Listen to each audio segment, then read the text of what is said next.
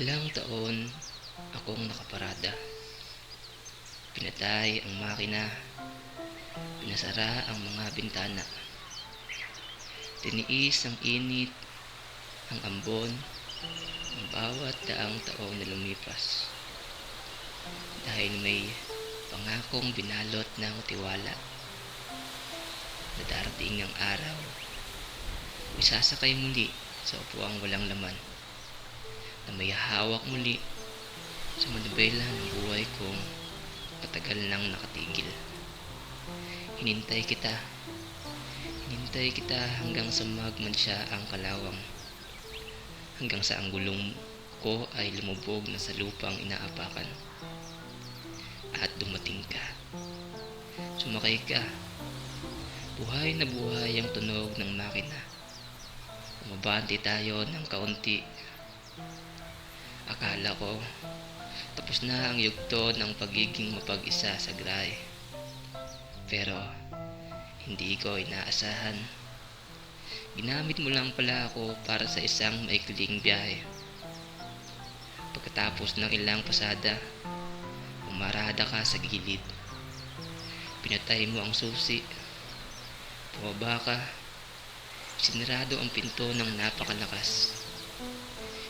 Iniwan mo akong bukas ang radyo, basag ang salamin, at mag-isang nakatirik sa gitna ng madilim na kalsada.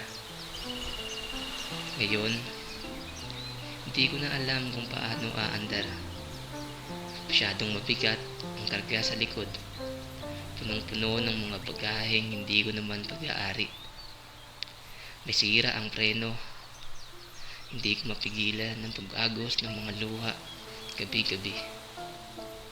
May butas ang tangke. Bawat patak ng luha, gasolinang nauubos sa kawalan.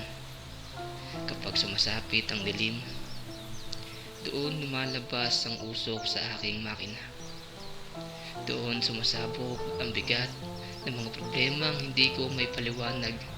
Gabi-gabi akong umiiyak sa ilalim ng talokbong ng gabi. Nanginginig ang buong katawan, parang makinang bumigay na sa luma. Pakiramdam ko, iniwan na ako ng lahat ng bumabiyahe.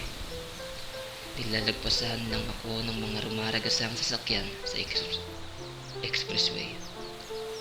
Kahit anong busina ko, walang gustong lumingon. Litong-lito na ako. Saan ba ako nagkulang? Maayos naman ang pagkakagawa sa akin. Ngunit, bakit parang wala akong silbi kahit kanino? Pero pagdating ng umaga, kailangang magpanggap. Pinipilit kong paganahin ang sirang aircon para magmukhang malamig at kalmado.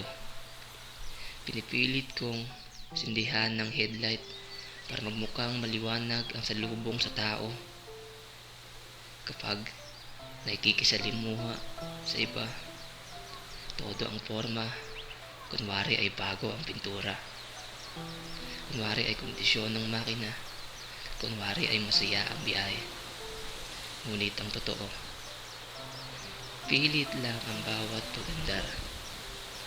Isang pekeng ngiti na parang windshield na pinunasan lang para hindi halatang malabo ang tingin sa mundo. Takot na akong magsakay muli ng pasahero. Takot na akong mabukas ng pinto para kahit na kanino. Dahil ang takot na maiwan muli sa gilid ng kalsada. Ang takot na maubusan muli ng langis habang may nagmamanehong iba ay mas matindi pa sa takot tuluyan mabulok dito sa dilim. May magandang panlabas kapag pinilit. Isa na lamang akong sasakyang abandonado.